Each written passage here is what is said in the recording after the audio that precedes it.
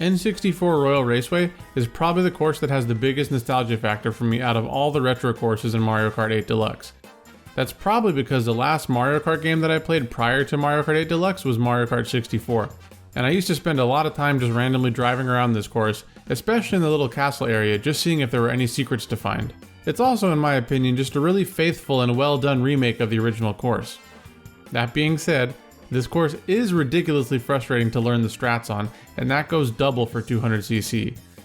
Now, before we go any further, if you haven't watched my drifting video, I highly recommend that you do so, because I'm going to talk about a lot of stuff like soft drifting, neutral drifting, and brake drifting, and if you don't know what those terms mean, it's going to be pretty difficult to follow along. So yeah, definitely check that out if you can. Welcome to part 71 of Basic Training, where we're going to cover everything you need to know about N64 Royal Raceway on 200cc. As always, we're going to cover the recommended builds, mushroom strats, and other advanced tips and tricks to help you start mastering the course. We're also going to cover alternate strategies that you can use in place of some of the more complicated parts of the track, and I'll also go over the difference between runs that use mushrooms and those that don't, since the latter will generally be more similar to situations that you might encounter in an actual race. If you find these tutorials useful, I'd really appreciate if you dropped a like and a comment to let me know. I know that I say that in every one of these videos, but I really do try my best to read and respond to all of your feedback, and I've been really encouraged by the positive response that I've gotten on this channel over the last few weeks. Also, consider subscribing and hitting the notification bell so that you can get notified every time a new video drops, since I try and put out a new tutorial every week. With all that out of the way, let's roll. The build that I recommend for Royal Raceway is Waluigi, Bitty Buggy, Leaf Tires, and Cloud Glider. This build has a ground speed of 3.25, an acceleration of 4.5, and a mini turbo of 4.5. This is another instance of a build that actually differs from what the world record strats use. The world record build is Waluigi, Teddy Buggy, Rollers, and Gold Glider. This build has a ground speed of 3.75, an acceleration of 4, and a mini turbo of 4.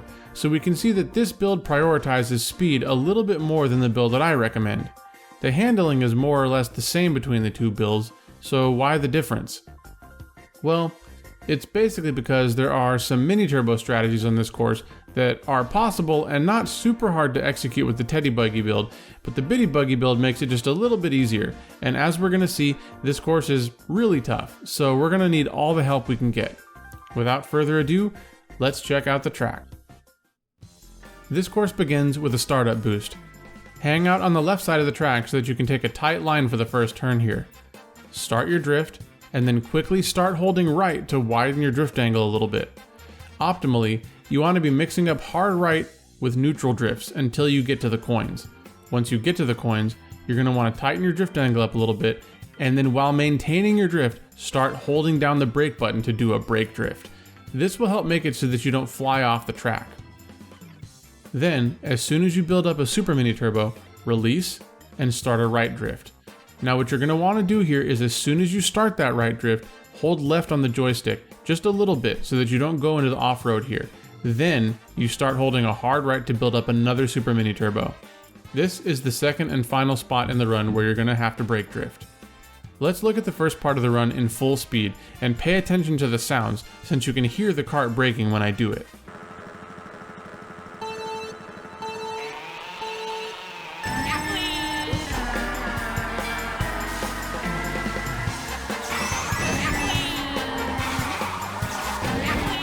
So now that we've made it past the first portion of the track, we're more or less out of the woods for at least a little while.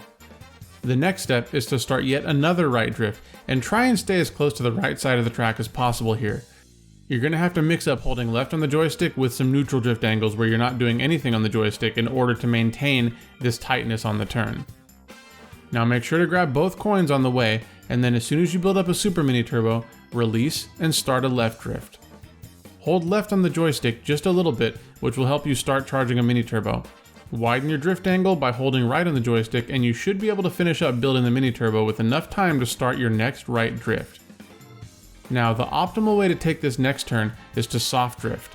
Long story short, for those who haven't watched the drifting video, and like I said, if you haven't, I really recommend that you do so.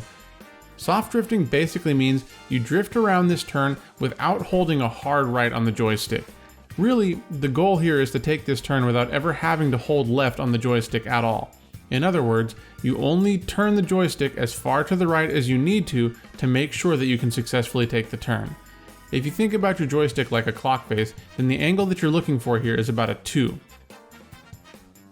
Make sure to grab the 2 coins on this turn and then hit up the left side of the track before the glider ramp to grab 2 more coins. One thing I haven't mentioned yet is a strategy called low glider. Basically, if you wait until right after your glider starts coming out and then press the drift button, it'll make the glider come out lower than usual, and this will actually cause you to get to the ground more quickly. If you're not super comfortable with the timing, then what you can do is just wait until you're past the point where you're going to start drifting, and then just start mashing the drift button over and over again, and that should hopefully get you the low glider. Now, in addition to this, unlike in 150cc, you must hold up on the joystick so that you can land in time to grab the last coin here. If you don't start holding up early enough, you'll land too far up the track and you won't be able to take the next turn properly. You want to approach these coins from the right side of the track for the upcoming mushroom strategy here. Now before you land, start holding the drift button and left on the joystick so that you can start drifting as soon as you land. By the way, this upcoming bit is pretty much the reason that I suggest the Bitty Buggy build over the Teddy Buggy build. The way that this strat works is that you aim your cart for the spot where the grass meets the red and white barrier. Start using your mushroom just before you get into the grass and start soft drifting around the big wall here. You should be able to build up a super mini turbo by the time you get past the wall, at which point you're going to want to hold a hard left on the joystick to build up the ultra mini turbo. Then you release and do a single hop right before starting a left drift. This technique is called a counter hop, and basically it allows you to both build up mini turbos more quickly as well as get in position to take a better line on the upcoming turn here. For the last turn of the lap, soft drift until just after you pass the turn itself and then widen your drift angle by holding right on the joystick. You should be able to build up a super mini turbo before the end of the lap. Once you release, we're on to lap 2. It plays pretty similarly to lap 1, except for a couple of key differences. First, on this first turn here, you basically start a left drift and then it's mostly a neutral drift with just a little bit of course correction to hug the turn as tightly as possible. Ideally, you want to be on top of the red and white barrier as much as you possibly can. Once you get to the turn itself, you want to brake drift just like on lap 1. Then, on the next turn, you need to brake drift for a lot longer than you did on lap 1 to make sure that you don't run into the piranha plant here. Let's take a look and a listen to how this first bit goes on lap 2 so that you can hear how the brake drifting should sound.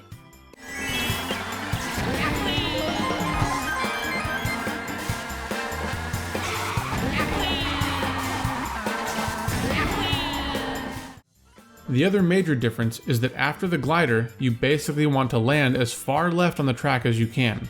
You still want to start drifting as soon as you land here, but now you're going to use your mushroom almost as soon as you land. If you do it right, you should be able to stay on the grass without flying up. Otherwise, the rest of the lap plays out the same as lap 1, with an ultra mini turbo into a counter hop, followed by a soft drift around the final turn. Lap 3 is the same as lap 2. Alright, so let's check how this all looks in a full run.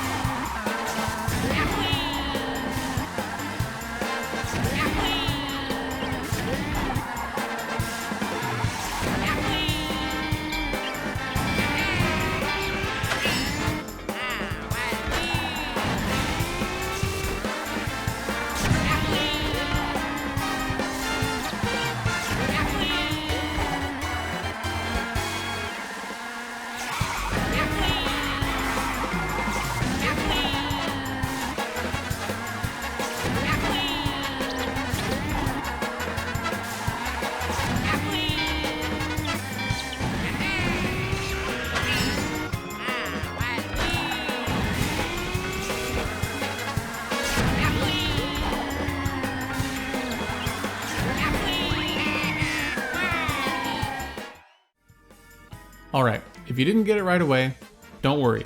This course is really challenging. Before we get into some alternate strategies, I want to point out a couple of major differences between how I run the track and how the world record ghost runs the track. So first of all, remember that first set of turns where you had to brake drift a bunch in order to stay on the track? Well, the world record just drifts right over the grass like so on all 3 laps. It's actually much harder to do than it looks, and it all comes down to how you set up the entire first part of the lap, because if you don't do it correctly, you're not going to be able to approach that turn with the proper angle to let you drift over the grass. So yeah, not only is this really hard to learn, but it's also only saving a couple of tenths of a second per lap. And if you mess it up, you're going to have a really bad time. So I definitely don't recommend learning this strat until you've mastered everything else on the course. The next difference is actually kind of a minor one. Right before the hairpin turn preceding the glider straightaway, the world record ghost basically uses the barrier here as a little ramp, drifts over the grass, builds up a mini turbo, and hops back onto the course. Unlike the thing we just talked about, this is actually pretty easy to learn, but it can be a little bit inconsistent, so I don't recommend trying to do this in a real race unless you're really good at it. This saves even less than the previous cut though, so again, save this until you've gotten the rest of the difficult strategies down. Now for some alternate strats here. Really, the mushroom spot that I showed you is the only spot that you can realistically use a mushroom on this course, or any other speed item for that matter. There are a few places that look like you can use these speed items, like at the start of the lap and at the end of the lap. While these spots can save time, this course is super wavy and bumpy, so more often than not, what's going to end up happening is that you're going to fly into a wall somewhere or fly way off the course if you attempt to use mushrooms or stars or whatever on any other parts of the track. So yeah, if you got mushrooms, just stick to the safe mushroom spot that I've already showed you how to use in this video. If you don't have any mushrooms, then instead of going through the off-road at the end of the glider, all you have to do is just left drift around the turn, build up a super mini turbo, and then build up a mini turbo before doing the counter hop strategies. I want to reiterate, unless you've figured out soft drifting and got it down really well, this course can be super tough. Hell, it's even pretty tough regardless of how good you are at soft drifting. That being said, I do actually really enjoy this course, and I had a lot of fun running it and putting this video together, so I hope that you enjoy the course as much as I did. That's going to be all from me for today though, guys. Again, if you found the video helpful, please don't forget to drop a like and a comment to let me know, because I really do like hearing from you. Thank you very much for watching, and as always, I'll see you in the next video.